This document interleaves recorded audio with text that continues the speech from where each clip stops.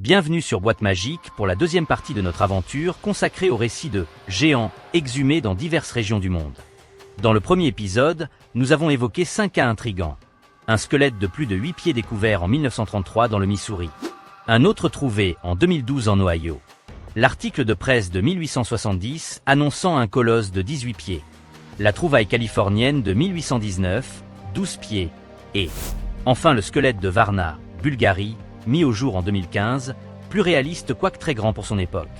Nous poursuivons maintenant avec 5 nouveaux dossiers tout aussi singuliers. Entre momies surdimensionnées revendues au 19e siècle, articles de journaux mentionnant des squelettes de 12 pieds. Fouilles révélant un squelette de 7 pieds dans un tumulus, tombes dites des géants en Sardaigne, des légendes autour du site Serpent Mound, le dénominateur commun est toujours cette présence d'os ou de restes dont la taille dépasse l'entendement. Comme pour la première partie, nous vous rappelons que les faits rapportés proviennent souvent de sources anciennes, de coupures de ou de témoignages très indirects. Peu d'entre eux bénéficient d'une validation archéologique moderne. Certains amateurs y voient la preuve d'une race de géants, dissimulée par les institutions. D'autres y discernent des canulars, des confusions ou des phénomènes pathologiques, comme le gigantisme. Le mystère reste entier, et chacun se forgera son opinion.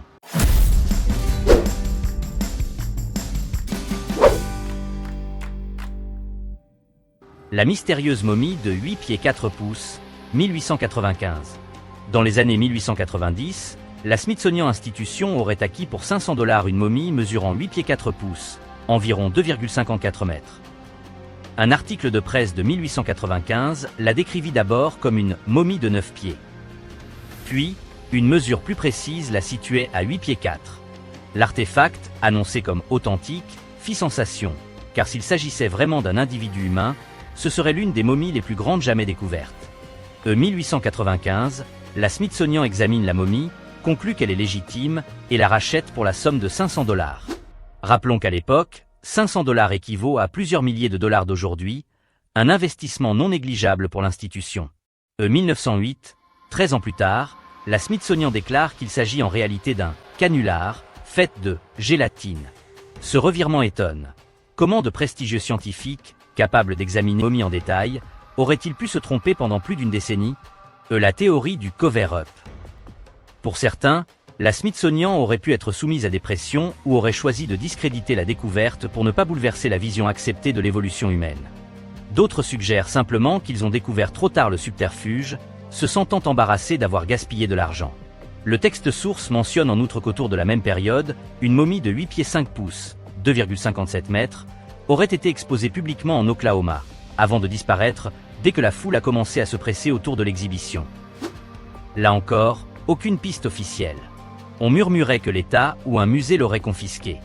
Plus vraisemblablement, il pourrait s'agir d'une escroquerie itinérante, style Sidney Sow, qui, ayant été démasquée, s'est volatilisée. Comment la Smithsonian a-t-elle pu passer d'une validation publique à un « c'est un faux en gélatine » ?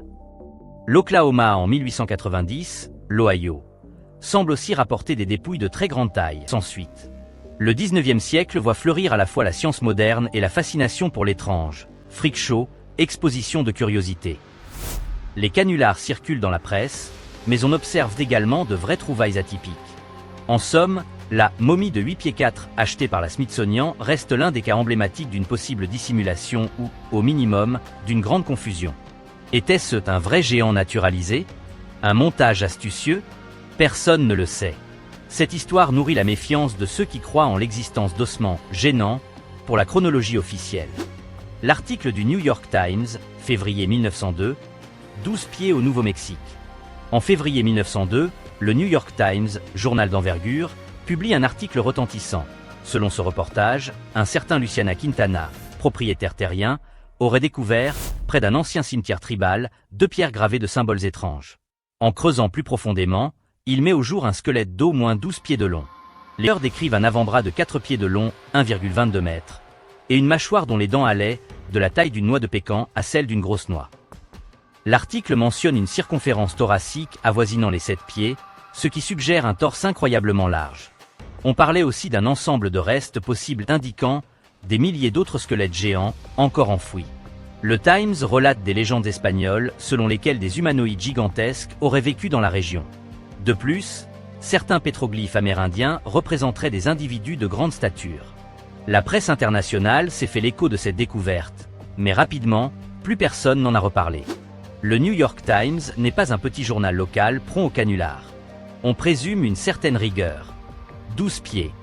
On dépasse la taille de n'importe quel humain moderne connu. Aucune suite. Comme toujours, pas de divulgation muséale, pas de preuves photographiques d'époque. L'hypothèse d'un canular revient souvent. Aujourd'hui, aucune fouille moderne n'a mis la main sur les restes, ni sur la supposée zone d'excavation. En l'absence de traces, ce 12 pieds du Nouveau-Mexique reste un cas emblématique du début du XXe siècle, cité régulièrement par les amateurs de mystère comme preuve d'un complot silencieux. Le cas de Cresp Mound, West Virginia, 1959. 7 pieds. Dans le texte source, on mentionne qu'en 1959, le chercheur Donald Drew dirigera une fouille sur un site nommé Cresp Mound en Virginie occidentale. Là-bas, il découvre plusieurs squelettes, dont un mesurant 7 pieds 2 pouces, environ 2,18 mètres. L'individu était inhumé avec soin, dans un environnement qui suggérait un statut élevé. On signale la présence d'une banquette en argile et d'un foyer ou fire basin. Le récit insiste sur le fait que les os longs étaient lourds et denses, plus que ce à quoi on s'attend pour un squelette humain standard. On suggère qu'il s'agissait d'un géant non seulement par la taille, mais par la robustesse. Le haut du corps présentait apparemment des traces de brûlure, ce qui pourrait indiquer un rituel funéraire. Le buste aurait été partiellement calciné, avant d'être scellé dans la sépulture. Malgré la mention d'une découverte marquante, on ignore ce qu'il advint du squelette après la fouille. Le public n'a pas eu accès à de publications détaillées, de photos officielles ou de mesures précises. Certains amateurs y voient la main d'un « agenda » visant à minimiser l'affaire. D'autres estiment que l'équipe a simplement manqué de financement ou a perdu l'intérêt académique, menant à un rapport inachevé. La région de West Virginia abonde en monticules funéraires, issus de cultures précolombiennes, notamment l'Adena et la Hopewell. Il n'est pas rare d'y trouver des squelettes plus grands que la moyenne, entre 1,80 m et 2 m. On explique parfois cette taille par des régimes alimentaires plus riches ou par des phénomènes génétiques localisés. Les légendes locales, toutefois, évoquent souvent des « gens plus grands » ayant régné sur des groupes tribaux. Comparé aux histoires de 12 ou 18 pieds, un squelette de 7 pieds 2 est bien plus plausible. On sait que, même dans l'Antiquité, certains individus atteindre ou frôler les 2 mètres, sans qu'on évoque forcément des géants. L'aspect robustesse extrême reste à prouver, mais n'est pas impossible non plus. Les anthropologues modernes admettent que certaines lignées ou clans pouvaient présenter une taille moyenne supérieure. En somme, le cas de Cresp Mound nous amène à un équilibre. Une découverte potentiellement très intrigante, si l'individu était vraiment massif pour son époque, mais pas forcément hors de la grille, comme un squelette de 3 ou 4 m, c'est peut-être un exemple d'exagération autour d'un fait bien réel et déjà assez remarquable. Les tombeaux de géants en Sardaigne. Sur l'île de Sardaigne, en Italie, on trouve de nombreux sites mégalithiques datés de l'âge nuragique, 2e millénaire à venue. Parmi eux, les fameuses tombes dei giganti, tombes des géants. Longues allées funéraires de 10, 20, parfois 30 mètres, elles sont dotées d'une stèle frontale imposante. Les habitants locaux les appellent les tombes des géants, car la tradition raconte que seules des créatures de grande taille pouvaient y reposer. Officiellement, ce sont des tombes collectives où un groupe important de personnes était inhumé. L'idée est que plusieurs dizaines, voire centaines, de défunts pouvaient être placés dans la même structure au fil du temps. Il n'y a pas de preuve qu'un seul individu mesurant 8 ou 9 pieds y ait été enterré. Le terme « géant » relèverait du folklore local, sans base anatomique.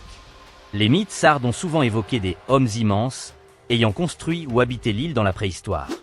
Des légendes courent sur des bergers ayant découvert, en creusant près de ces tombes, des os démesurés. Toutefois, rien ne prouve la véracité de ces anecdotes. Dans certains récits oraux, on parle d'anciens agriculteurs tombant sur des crânes, grossiers comme des chaudrons. Énigme persistante. Taille des monuments. Les couloirs peuvent dépasser 30 mètres de long, ce qui impressionne pour un usage funéraire collectif. On s'interroge encore sur la symbolique. S'agissait-il d'un sanctuaire, d'un lieu d'initiation, ou d'un tombeau mixte? Absence d'ossements géants. Les fouilles modernes n'ont jamais mis la main sur des squelettes de 3 ou 4 m généralement. Les os retrouvés, quand ils ne sont pas détruits par l'humidité, correspondent à des humains de taille normale. Ainsi, la réputation « tombeau de géants » tient peut-être à la dimension monumentale de l'architecture, si impressionnante qu'on ne l'attribuait qu'à des êtres supérieurs. L'archéologie contemporaine y voit un chef-d'œuvre de l'ingénierie nuragique pour inhumer plusieurs générations. Néanmoins, la culture populaire sarde, nourrie par des récits de crânes énormes, persistent à croire qu'il y eut autrefois des géants sur l'île. Si l'on additionne ces 10 cas sur 2 épisodes, on constate un motif récurrent. L'histoire est annoncée dans la presse ou par un chercheur, un squelette colossal, entre 7 et 12, voire 18 pieds, est trouvé, puis expédié à un musée ou réenterré, et plus personne n'en entend parler. Les historiens alternatifs crient à la censure, arguant que ces os renverseraient la vision linéaire de l'évolution humaine ou que les institutions ont tout intérêt à maintenir un status quo.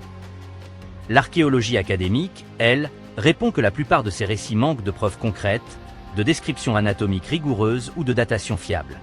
Les annonces de 12 ou 18 pieds sont jugées irréalistes, sauf en cas de confusion avec des os animaux ou de canulars avérés. Toutefois, l'idée des humains très grands n'est pas impossible dans l'absolu. On connaît des cas de géants modernes, gigantisme pathologique, allant jusqu'à 2,70 mètres. Que de tels individus aient existé à des époques antiques n'est pas exclu. Mais de là à constituer une race ou un clan de gens de 3,4 ou 5 mètres, c'est un grand pas. En fin de compte, ces récits, qu'ils soient sur un squelette de momie, un tumulus d'Ohio ou des tombes sardes, nourrissent l'imagination collective. Le mystère fascine. Pourquoi tant de zones d'ombre? Quelle fouille aurait pu être menée? Y a-t-il vraiment eu suppression d'ossements par des organismes puissants? Ou l'histoire se répète-t-elle, entre fake news d'époque et fantasmes bibliques? Quoi qu'il en soit, merci d'avoir suivi ce 2e volet autour des découvertes de géants. Boîte Magique espère que vous avez apprécié ce tour d'horizon et vous invite à laisser vos réflexions en commentaire. Seriez-vous convaincu qu'il existait une lignée de géants, ou croyez-vous qu'on a surtout affaire à des légendes et des exagérations?